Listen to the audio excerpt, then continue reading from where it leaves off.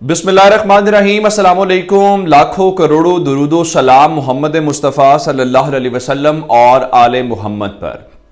मैं हूं उमर दराज गोंदल और आप मेरा फेसबुक और यूट्यूब चैनल देख रहे हैं।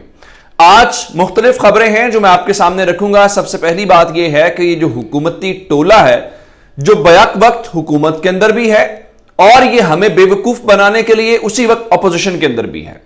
अब इनके दरमियान की जो हंडिया है वो बीच चौराहे फूट गई है। पहले नंबर के ऊपर यह खबर दूंगा, फिर दूसरे नंबर के ऊपर खबर आप जो जाहिरन देख रहे होंगे कि जनरल बाजवा इस वक्त हज की अदायगी के लिए सऊदी अरब में मौजूद है, लेकिन मैं आपको खबर दे चुका हूं।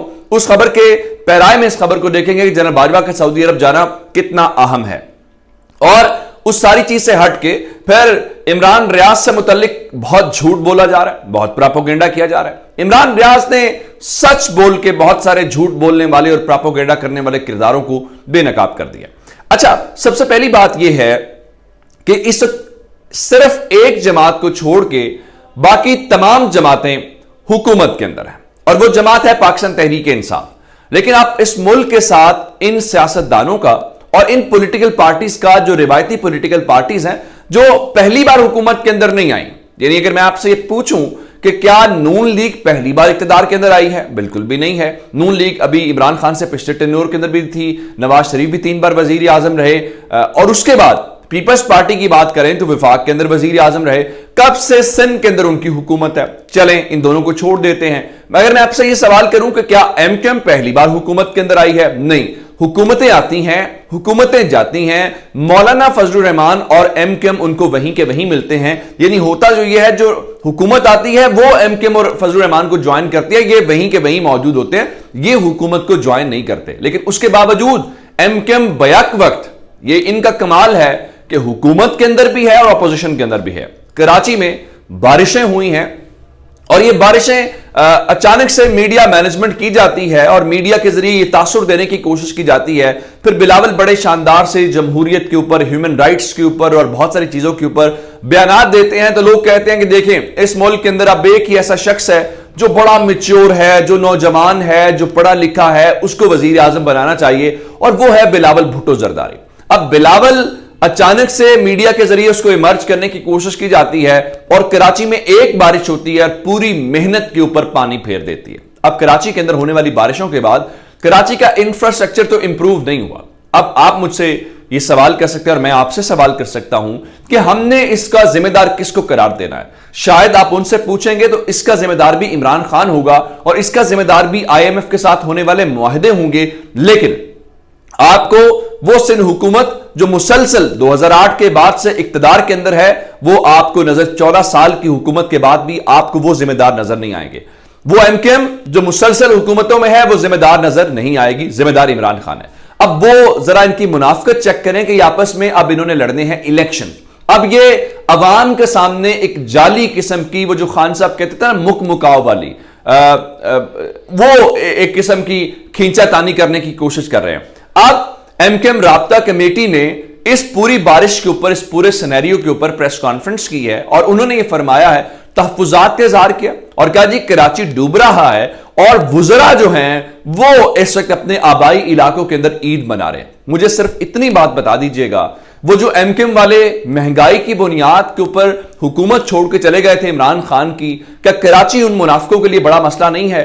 क्या कराची उनके लिए प्रॉब्लम नहीं जहां से वोट लेके आए? एक बार भी कहा हो कि आपके पास 24-48 घंटे हैं, कराची के अंदर पानी निकलना चाहिए, लोगों के मसाइल हल होने चाहिए, कराची के अंदर के इलेक्ट्रिक को सेट करना चाहिए, अगर आपने सेट ना किया तो हम हुकूमत छोड़ देंगे? बिल्कुल भी नहीं करेंगे। आप जरा दूसरी जानिब आप देखेंगे कि इन्होंने ये तमाशा किया है। अब पीपल्स पार्टी वाले 2-3 इनके खिलाफ बयानात देंगे और हम समझेंगे कि देखें जी ये बड़ी सियासत हो रही है, एमक्यूएम अवामी मसाइल के ऊपर बात कर रही है और पीपल्स पार्टी वालों ने बड़ा सख्त जवाब दिया है। उसके बाद जरदारी साहब और बिलावल साहब बैठेंगे और वो खालिद मकबूल सिद्दीकी को बुला लेंगे, आमिर खान साथ होंगे, 2-3 और रहनुमा होंगे, वहां जाएंगे और बाहमी इत्तेफाक से, इत्तेफाक के राय से मसाइल हल करने के ऊपर इत्तेफाक कर दिया जाएगा। लेकिन मैं आपको बताऊं, ये अवाम को, मुझे, आपको, हम सबको उल्लू बनाने की एक मश्क है जो बार बार की जाती है और हमें बेवकूफ समझा जाता है। आप दुनिया के अंदर किसी बड़े शहर के अंदर, लाहौर का भी यही हाल है,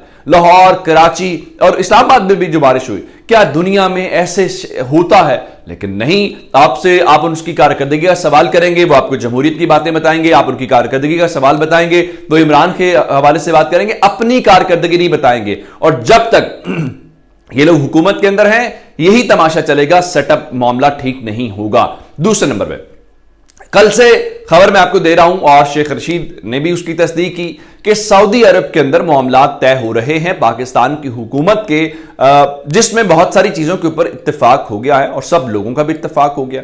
लेकिन उसके बावजूद बताया गया कि नवाज शरीफ जारी बात है वापसी चाहते हैं, केसेस के अंदर क्लीन चिट चाहते हैं, उसका बर्डन कौन लेगा? कोई लेने को तैयार नहीं है। उस पर नवाज शरीफ ने अब जिद बनाई हुई है। अब यहां तक आपको समझ आई, मैंने आपको फजल रहमान की बात की थी।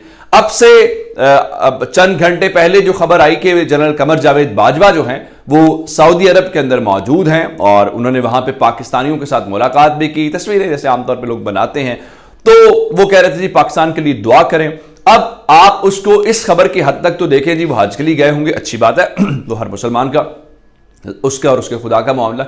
लेकिन जो खबरें इस वक्त चल रही हैं और वो खबरें क्या हैं, और वो खबरें ये हैं कि सऊदी हुकूमत या सऊदी अरब के अंदर, अगर सऊदी हुकूमत नहीं भी, तो वहां पे कुछ मामलात तय करने की कोशिश की जा रही है जो पाकिस्तान में तय नहीं हो सके। और ऐसे में अगर जनरल कमर जावेद बाजवा खुद सऊदी अरब के अंदर मौजूद हूं, तो इसका मतलब फिर मजीद इस खबर के हवाले से जो शुकूक व शुबहात हैं, जो बातें हैं, क्योंकि नून लीग वालों की बॉडी लैंग्वेज भी थोड़ी तब्दील होती हुई नजर आ रही है, उनको समझ भी आना शुरू हो गई है, वो उस किस्म की बातें करना भी शुरू हो गए।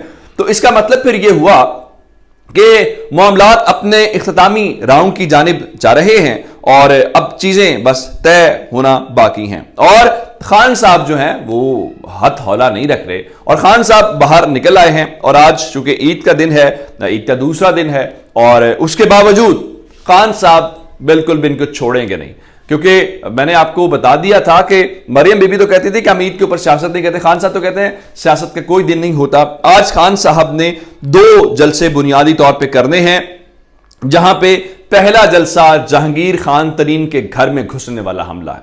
और जहांगीर खान तरीन के घर में पहली बार जाके आज हुकूमत से जब से उन्हें डॉज दिया है, लोधरा के अंदर जलसा करने जा रहे हैं और पहला जलसा उनका वहां पे होगा और लोधरा के बाद वो जनूबी पंजाब में ही दूसरा जलसा करेंगे मुजफ्फरगढ़ के अंदर। और मुजफ्फरगढ़ के अंदर आप जानते हैं कि वहां पे जो दीगर लोग हैं, कुछ और भी पार्टियां शामिल होने की कोशिश कर रही हैं, जमशेद दस्ती साहब वगैरह भी सारे लोग उस इलाके से ही हैं, तो उनकी खबरें भी हैं। आप देखें वो बाकायदा शमूलियत उन्होंने इख्तियार नहीं की। तो तहरीक इंसाफ के 2 जलसे हैं और उसके बाद शाह महमूद कुरैशी ने भी बता दिया, जो पीपल्स पार्टी में उनके हवाले से जाली खबरें फैला रहे थे, तो वो आज जनूबी पंजाब के अंदर खुद भी होंगे, चूंकि उनके साहबजादे मुल्तान से इलेक्शन लड़ रहे हैं, वो मुख्तलिफ अपनी सरगर्मियों के अंदर एक्टिव हैं, तो यहाँ पे सूरत हाल थोड़ी सी तब्दील होती नजर आ रही है। अच्छा, अब एक और 2 चीजें हैं। खबरें ये हैं कि इमरान रियाज के मुतालिक कहा गया जी उन्होंने माफ़ी मांगी है, उन्होंने कहा जी ज़बानबंदी के ऊपर मैं तनकीद नहीं करूंगा, ये नहीं होगा, वो नहीं होगा।